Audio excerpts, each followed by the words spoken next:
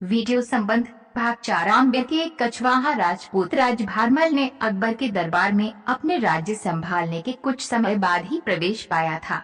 इन्होंने अपनी राजकुमारी हरखाबाई का विवाह अकबर से करवाना स्वीकार किया। विवाहोपरांत मुस्लिम बनी और मरियम उस जमानी कहलाई। उसे राजपूत परिवार ने सदा के लिए त्याग दिया और विवाह के बाद वो कभी आमेर वापस नहीं गई। उसे विवाह के बाद आगरा या दिल्ली में कोई महत्वपूर्ण स्थान भी नहीं मिला था, बल्कि भरतपुर जिले का एक छोटा सा गांव मिला था। उसकी मृत्यु 1623 में हुई थी। उसके पुत्र जहांगीर द्वारा उसके सम्मान में लाहौर में एक मस्जिद बनवाई गई थी। भारमल को अकबर के दरबार में ऊंचा स्थान मिला था और उसके बाद उसके पुत्र भगवंत दास और पौत्र मान सिंह भी दरबार के ऊंचे सामंत बने रहे।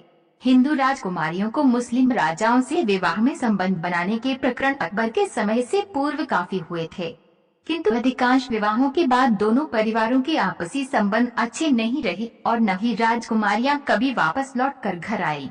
हालांकि अकबर ने इस मामले को पिछले प्रकरणों से अलग रूप दिया, जहां रानियों के भाइयों या पिताओं को पुत्रियों या बहनों के विवाहोपरांत अकबर के मुस्लिम ससुराल वालों जैसा ही सम्मान मिला करता था, सिवाय उनके संग खाना खाने और प्रार्थना करने के। उन राजपूतों को अकबर के दरबार में अच्छे स्थान मिले थे। सभी ने उन्हें वैसे ही अपनाया था, सिवाय कुछ रूढ़िवादी परिवारों को छोड़कर, जिन्होंने इसे अपमान के रूप में देखा था। अन्य राजपूत रजवाड़ों ने भी अकबर के संग वैवाहिक संबंध बनाए थे, किंतु विवाह संबंध बनाने की कोई शर्त नहीं थी। दो प्रमुख राजपूत वंश, मेवाड़ के सिसोदिया और रणथंभौर के हाड़ा वंश, इन संबंधों से सदा ही हटते रहे। अकबर के एक प्रसिद्ध दरबारी राजा मानसिंह ने अकबर की ओर से एक हाड़ा राजा सुरजन हाड़ा के पास एक संबंध प्रस्ताव भी लेकर गए, जिसे सुरजन सिंह ने इस शर्त पर स्वीकार किया कि वे अपनी किसी पुत्री का विवाह अकबर के संग नहीं करेंगे। अंततः कोई वैवाहिक संबंध नहीं हुए, किंतु सुरजन को गढ़कटन का अधिभार सौंपकर सम्मानित किया गया। अन्य कई राजपूत सामंतों को भी अपने राजाओं का पुत्रियों को मुगलों को विवाह के नाम पर देना अच्छा नहीं लगता था। गढ़सिवान के राठौर कल्याण दास ने मोटा राजा राव उदय सिंह और जहांगीर को मारने की धमकी भी दी थी, क्योंकि उदय सिंह ने अपनी पुत्री जगत गोसाई का विवाह अकबर के पुत्र जहांगीर से करने का निश्चय किया था। अकबर ने ये ज्ञान होने पर शाही फौजों को कल्याण दास पर आक्रमण हेतु भेज दिया। कल्याण दास उस सेना के संग युद्ध में काम आया और उसकी स्त्रियों ने जौहर कर लिया। इन संबंधों का राजनीतिक प्रभाव महत्वपूर्ण था। हालांकि कुछ राजपूत स्त्रियों ने अकबर के हरम में प्रवेश लेने पर इस्लाम स्वीकार किया, फिर भी उन्हें पूर्ण धार्मिक स्वतंत्रता थी। साथ ही उनके सगे संबंधियों को, जो हिंदू भी थे, दरबार में उच्च स्थान भी मिले थे। इनके द्वारा जनसाधारण की ध्वनि अकबर के दरबार तक पहुंचा करती थी। दरबार के हिंदू और मुस्लिम दरबारियों के बीच संपर्क बढ़ने से आपसी विचारों का आदान प्रदान हुआ और दोनों धर्मों में समभाव की प्रगति हुई। इससे अगली पीढ़ी में दोनों रक्तों का संगम था, जिसने दोनों संप्रदायों के बीच सौहार्द को भी बढ़ावा दिया। परिणाम स्वरूप राजपूत मुगलों के सर्वाधिक शक्तिशाली सहायक बने। राजपूत सैन्याधिकारियों ने मुगल सेना में रहकर अनेक युद्ध किए तथा जीते। इनमें गुजरात का 1572 का अभियान भी था। अकबर की धार्मिक सहिष्णुता की नीति ने शाही प्रशासन में सभी के लिए नौकरियों और रोजगार के अवसर खोल दिए थे। इसके कारण प्रशासन और भी दृढ़ होता चला गया। कामुकता तत्कालीन समाज में वेश्यावृत्ति को सम्राट का संरक्षण प्रदान था। उसकी एक बहुत बड़ी हरम थी, जिसमें बहुत सी स्त्रियां थीं। इनमें अधिकांश स्त्रियों को बलपूर्वक अपहरित करवाकर वहां रखा हुआ था। उस समय में सती प्रथा भी जोरों पर थी। तब कहा जाता है कि अकबर के कुछ लोग जिस सुंदर स्त्री को सती होते देखते थे, बलपूर्वक जाकर सती होने से रोक देते व उसे सम्राट की आज्ञा बताते तथा उस स्त्री को हरम में डाल दिया जाता था। हालांकि इस प्रकरण को दरबारी इतिहासकारों ने कुछ इस ढंग से कहा है कि इस प्रकार बादशाह सलामत ने सती प्रथा का विरोध किया व उन अबला स्त्रियों को संरक्षण दिया।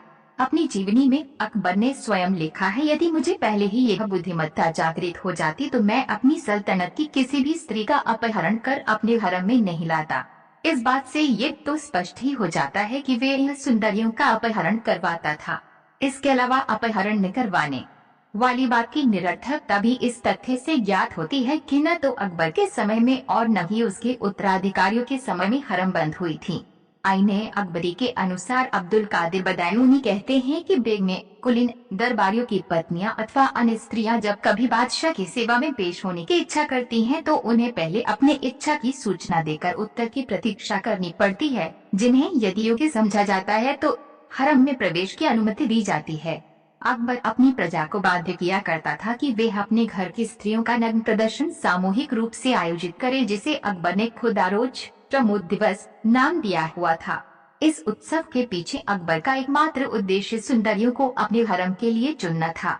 गोंडवाना की रानी दुर्गावती पर भी अकबर की कुदृष्टि थी। उसने रानी को प्राप्त करने के लिए उसके राज्य पर आक्रमण कर दिया।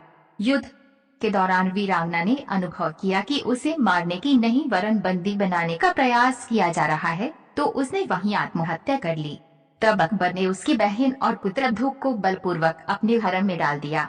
अकबर ने यह प्रथा भी चलाई थी कि उसके पराजित शत्रु अपने परिवार एवं परिचारिका वर्ग में से चुनी हुई महिलाएं उसके हरम में भेजे।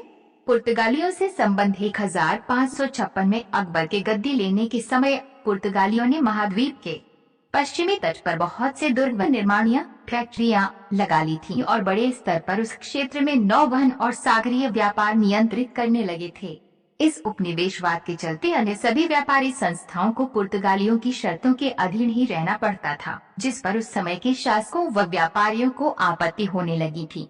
मुगल साम्राज्य ने अकबर के राज तिलक के बाद पहला निशाना गुजरात को बनाया और सागर तट पर प्रथम विजय पाई 1572 में, किंतु पुर्तगालियों की शक्ति को ध्यान में रखते हुए पहले कुछ वर्षों तक उनसे मात्र फारस की खाड़ी क्षेत्र में यात्रा करने हेतु करताज नामक पास लिए जाते रहे।